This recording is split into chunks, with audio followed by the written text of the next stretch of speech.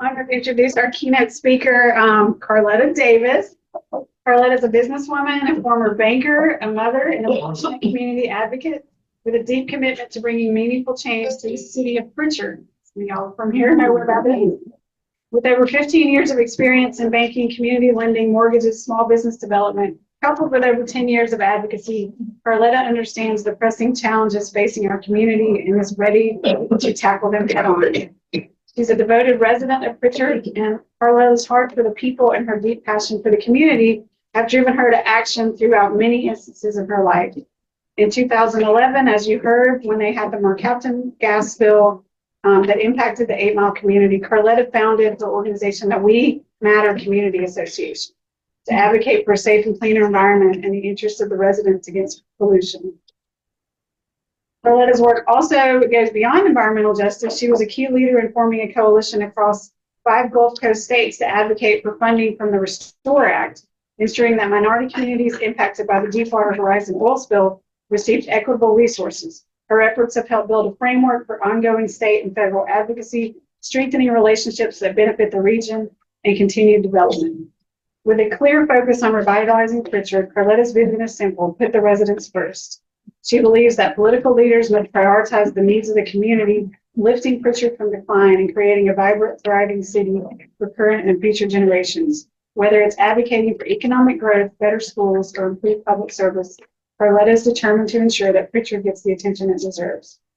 Her background in business and community development gives her the tools to create policies that will help small businesses grow, support local families, and improve the quality of life for everyone in Prichard.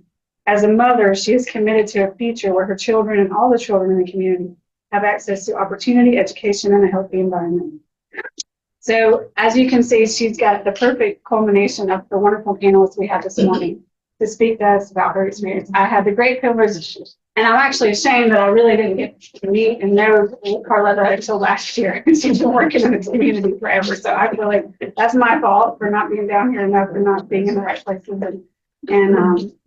But she is an amazing person from the short time I've gotten to know her, and we were really excited that she agreed to be in the film this past summer, highlighting women activists. And I'll turn it over to you now for that.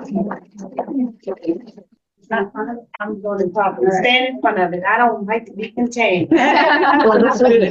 So everybody's doing well. Thank you so much, Cindy, for the introduction and for the invite. And thank you, Kathy, for having me today. Thank you. I am excited to be here. I would like you to do me a favor. Imagine with me, it's a Sunday afternoon. You come home from church, or maybe you didn't go to church. You're sitting out on your front porch. It's cool. It may be fall, maybe spring. And everybody's having a nice Sunday, lazy Sunday afternoon. You see kids outside playing. You see folks walking their dogs. And all of a sudden, a truck pulls in your cul-de-sac or on your street. The truck stops. It gets out. It has a container on the back of the truck. Everybody starts to kind of look. What's going on? A guy gets out. He quickly starts to move because he sees people watching him. He puts on a mask. Then he goes to the back of the truck. He pulls the container off the truck and he knocks it over. All of a sudden, people start coughing. Kids are saying, "Mama, I can't breathe. There's something wrong. I'm dizzy. My nose is bleeding, Mom. What's going on?" Somebody said, "Hey, it was that guy. Take a picture of his truck. He's getting away." Somebody takes the picture. "Hey, somebody call 911. 911 is called. They catch the guy about 2 miles down the road. He's arrested. He ends up being prosecuted for terrorism and attempted murder. He's convicted. It makes national news because this happened in an American city. And how could this happen? in this quiet little neighborhood where everybody knows everybody. Well, that happens all the time. There are terrorists that are sitting in corporate boardrooms that we have elected to public office that are making decisions about containers, about businesses that create chemicals. And where are these chemicals going to go? Well, they decide, put it in that little neighborhood over there. Well, those neighborhoods that are being terrorized look like mine. But unlike your neighborhood that we imagined earlier, it doesn't make the national news. There's no one that is caught or prosecuted. Let's go back to your neighborhood. You get support from the public health department. They come out and they say, well, we got to find out what this chemical was that this guy had. They find out and say, okay, well, here's all the information about this chemical, and here's what you got to do in order to make sure that you have good health going forward. Here are the key indicators that you may need to go and seek medical attention. So you have all of the information. But guess what? In my neighborhood, when those terrorists put things in my neighborhood, I don't know what they are. I don't know the impact that it's having on my kids.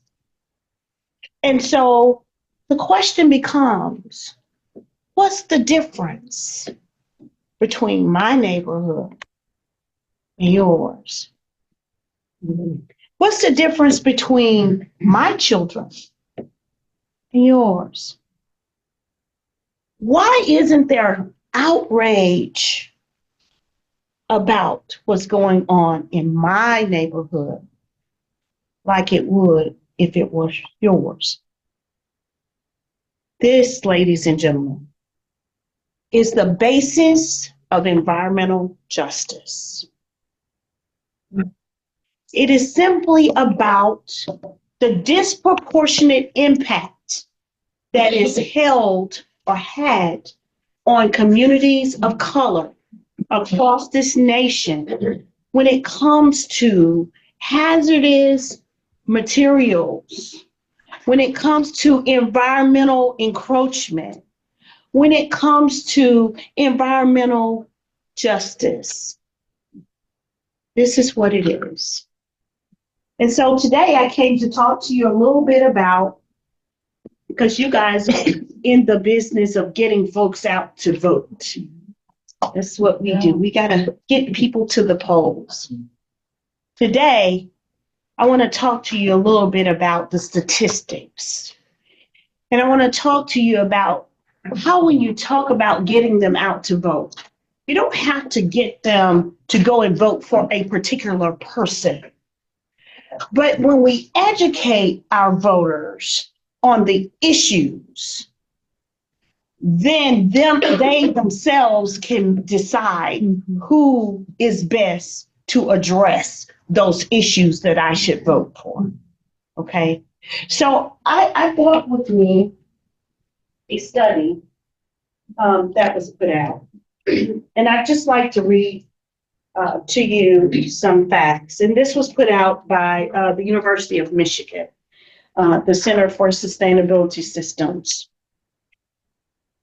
In our built environments, okay, although people of color make up about 42% of the overall population of the US, they are 52% of the population in counties with unhealthy levels of air pollution. and 63% of residents in the county with the worst air quality.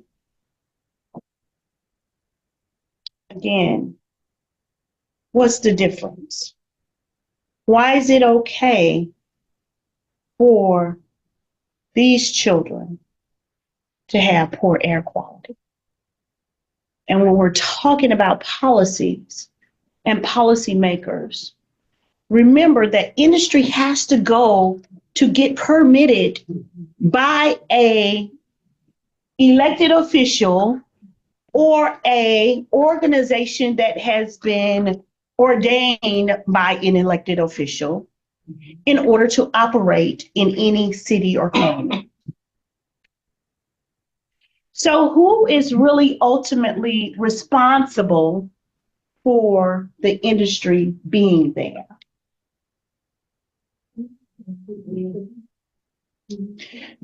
Just food for thought. I know we just ate lunch, but drinking water contaminated by PFAS, y'all all know what PFAS is. It's a widespread public concern, okay? It is 1.5 to 2 times higher in communities of color than not.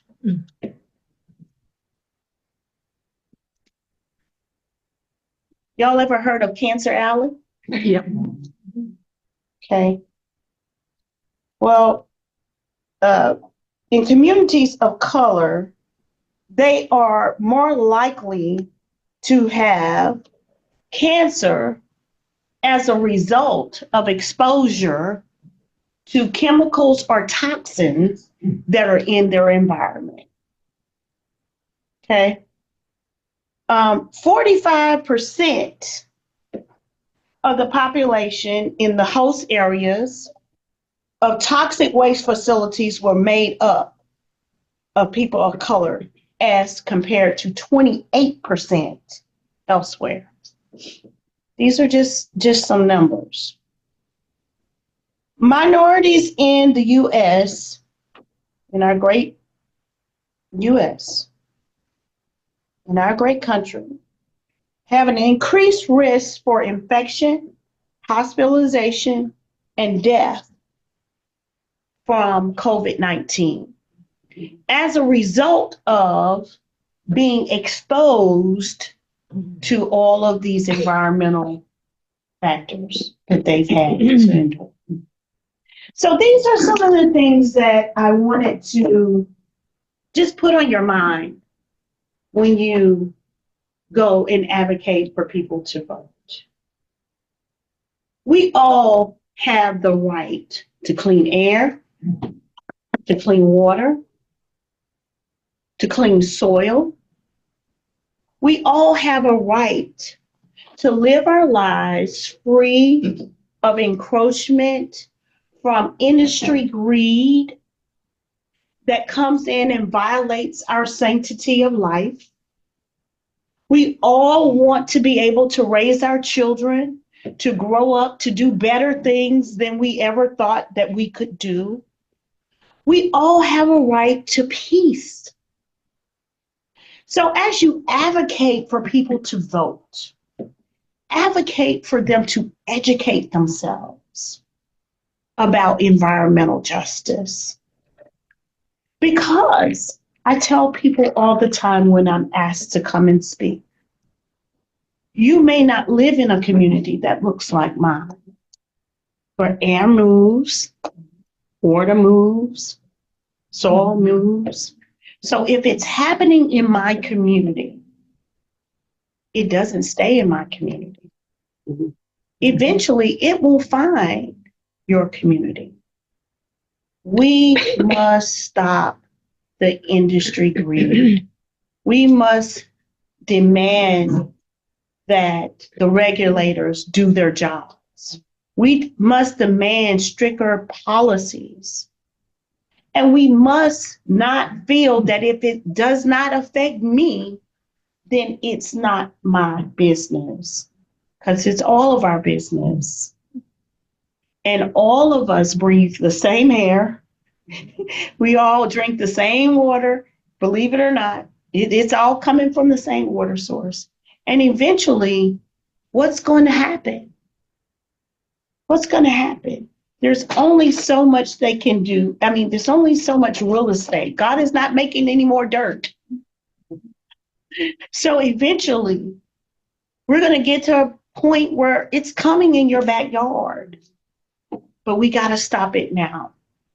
So again, I thank you guys for your time. I just wanted to put a little bit on your mind. I want to stay before you long. And if you have, yes, ma'am. I want to ask you a question to lead into other questions. But so one of the things, the Louis does do some issue advocacy, and we have positions on certain issues. And that's one of the things we're doing today is sort of thinking about where we can analyze our environmental positions and upgrade. So I wondered if you had a little more to say about if we're looking at developing positions around environmental justice, specific policy positions. Are there some areas you think would be good to focus on? Yes. One is about zoning. I think for us, we had no idea that we had a pipeline in our backyards, literally in the back. So when I went to see where the spill happened for the first time, I almost fell out. And the reason why is because I walked up behind in the back of one of my church members' yard, and the pipeline facility was right behind her house. It's right there. And so I think that if we're talking about policy, zoning laws are a big issue. There should not be industry and fossil fuel pipelines and things of that nature near community. It just shouldn't happen.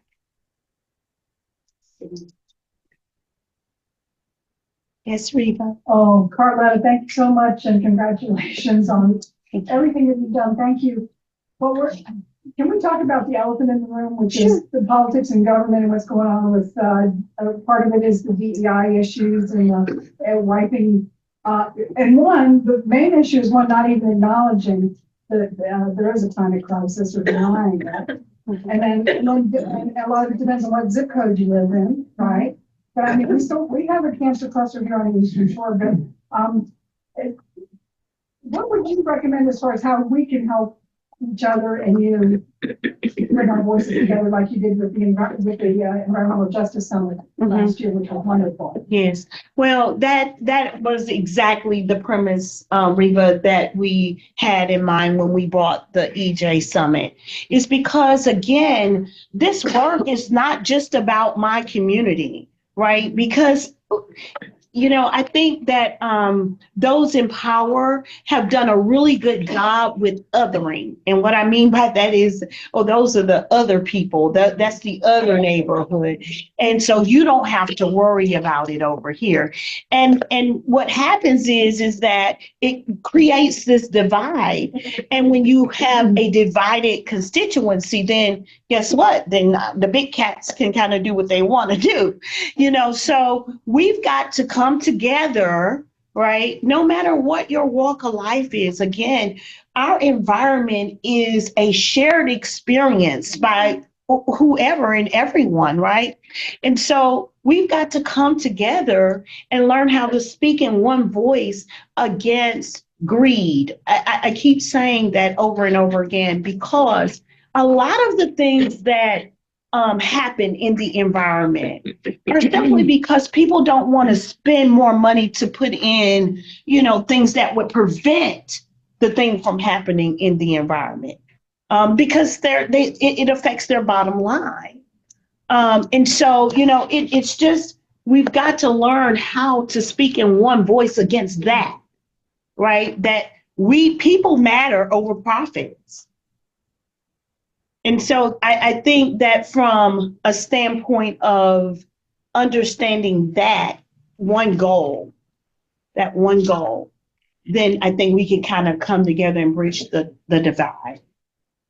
Because right now, I want to be real honest with you. It is a divide. When I first got into doing environmental work, first of all, and I say this in a room full of majority white people, so don't get mad. Black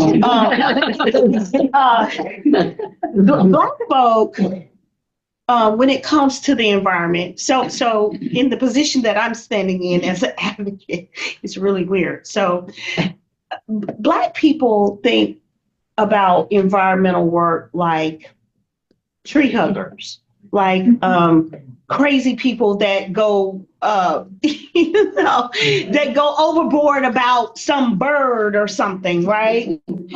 And then on the other side with white people never can cross over from the actual nature environment to actual people and the impact of the chemicals and all the other things that happen to the Black and brown communities, right? So it's kind of strange with me being an environmental advocate, because while I've always loved nature and outside. I'm a grower. My husband and I farm.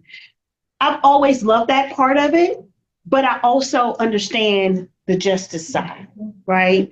So I kind of have a unique perspective, and I've tried to figure out how to do that. But I say that to say, when I first got into this, environmentalists were not really talking about and didn't want to talk about environmental justice. It was kind of like, yeah, but we're talking about the birds over here. You know, yeah. That happened to you, but yeah, there's a species of tree that's about to be extinct, and I'm going, my whole community is about to be extinct. What are you talking about?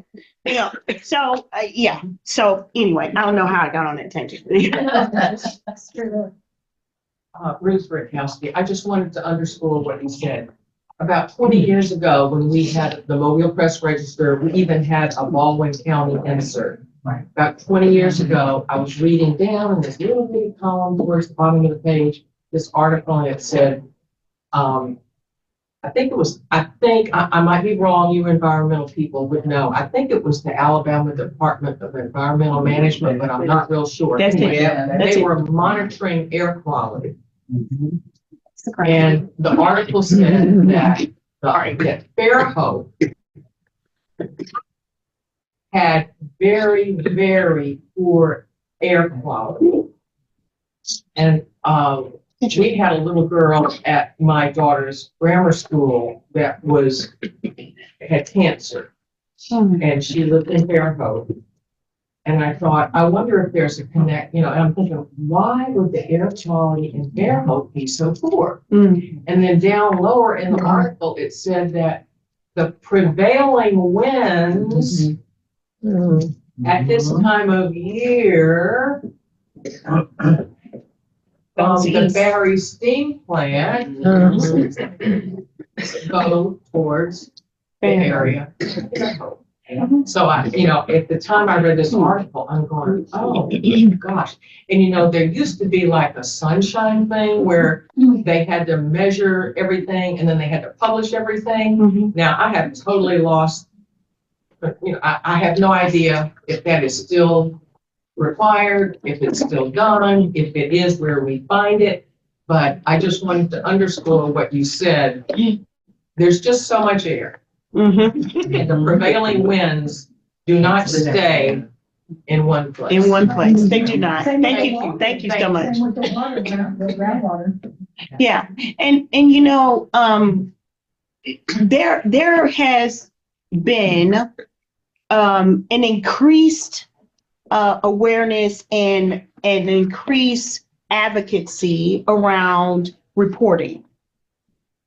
Unfortunately, in our state, that really doesn't matter.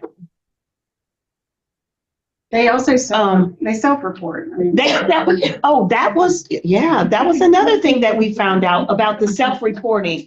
The violator watching the violator. That's the perfect solution to everything, right? Yeah, no, I didn't spill that. It took us probably about a year before ADEM just made Mobile Gas the responsible party. Because at first they were like, we didn't do it, don't know anything about it. Sorry, it happened, but yeah, it wasn't us. And we also know that EPA and ADEM in Alabama have given up our water quality. For example, in the Bay, we depend on baykeeping. And they've also brought the lawsuits with the spills from up at Daphne in water quality. So, that's why these groups are so important to us, and that we back them and we fund them because Yes. they are helping us. Yes, and as you can see, we're not going to get any federal funding For anything. anytime soon. But you're absolutely right. And for that reason, a lot of our organizations don't get governmental money. Because oftentimes we found that the folks that are in charge kind of turn their heads the other way and let the violators do what they want to do. And so we have to hold them accountable. Right now, we're having that with baykeepers. We're talking to the Corps of Engineers, the U.S. Corps of Engineers. We're talking to the Port Authority about what's going on in the Bay. And these are the regulators, right? We're talking with them because, what's happening is, again, we're putting profits over people and people's livelihoods. Yes, ma'am. So, one of the things that Ruth brought up, I think, which is really, really important. Can you be like? Yeah, one of the things that Ruth brought up is the newspaper issue, and we live like in a communication silo. Yeah. And you look back over time as our papers began to go away, and now I see it was by design because it is a way to control The narrative. what we know. They say, in Mobile, the layout has become the newspaper, but it is not a newspaper It is because they pick and choose what they want to talk about. So I think for the Women League of Voters, one of the ways is to come up with a strategy of how will you educate people? How will you get policy issues to people? And now more than ever, local is where we have the power. Yes. Right? And so in Alabama, we are so weird with this constitution that strangles, local municipalities and what they can do. But I think that's going to become a good battleground is to how do we open it up where the zoning laws that are needed, ADM has nobody watching them. And they are not our friends. I don't care if you're Black, you're white, you're Asian, or you are Hispanic. They are not. And they are not protecting Alabamians. They are allowing gross things to happen. So how do we begin to educate voters that they need to understand that this public commission entity that we have here in the state of Alabama, we went up years ago with folks from Africatown, a whole busload. And they all were sitting there looking at us like, well, we've never had anybody show up at our meeting. And they are making decisions about they're in Montgomery and they're deciding what's happening in Fairhope, what's happening in Mobile, what's happening in Prichard. And so and it may require some of the league members to go up and attend some of those meetings and hear and see some of the decisions that are being made. And people have to understand, I think it's 20. She's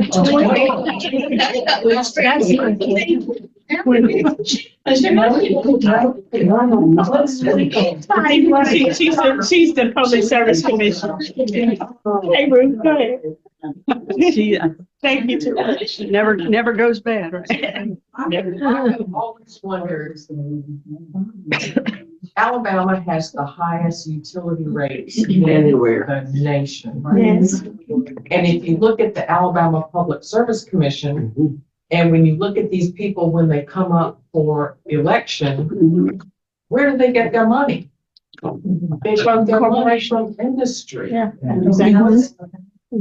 So, their the industry is funding the publicly elected officials policies. in the Alabama Public Service Commission. Yeah. So that's the reason our rates are the worst in the nation, because some of those people have never seen a rate increase that they didn't love. Right. And the reason is because you get maybe 100% of their campaign funds from industry. From industry. And every time, excuse me, I'm sorry to interrupt. No. Every time somebody comes along and says, I'm gonna do something about this, marriage made in, where there isn't, people have lives, they're busy, they're stressed, they don't pay attention. You have to be retired and be able to read the newspaper, really. So it's, I don't know the answer, but I find it very frustrating. But what I found Let is me that. clarify one thing since this is being recorded, I think. Mhm. Alabama Power cannot give to a public service commissioner directly to their campaign. So I'm sure they find other ways. Yeah, to do it. they have Unless somebody sees that I And can. let's also, when we're talking about what the league's gonna do, that's after the keynote. Yeah. Because, Yeah. but I just want you to know that, because so that right now we're learning from you and we've learned from the panelists and then afterwards, we're gonna have discussions on what we can do and how we can help make a difference. Yes, and I want to encourage us all, that's over the 50 mile marker. Let's reach back and get some younger folks. Oh, yeah. I said this at the summit. I intentionally carved out a space for the young folk to have and do it however you want to do it. I'm not judging how you do it. I mean, listen, they grew up in a whole different universe from us. Okay. And the way that they communicate is not the way that we communicate. Okay. I mean, it's really weird, these acronyms or letters that they talk in. I don't know it. But I just know that in order that they're powerful, they're very powerful. Yes. And they're very keenly aware of where power is and how to affect it. And so I would just encourage us all to reach back to our nieces, our nephews, our grandkids, and say, listen, look, mama, grandmama, auntie, we've been in this fight, but right now I need you. I need you. And get them involved. That's one pin I wanted to put. So I'm done. Thank you again so much.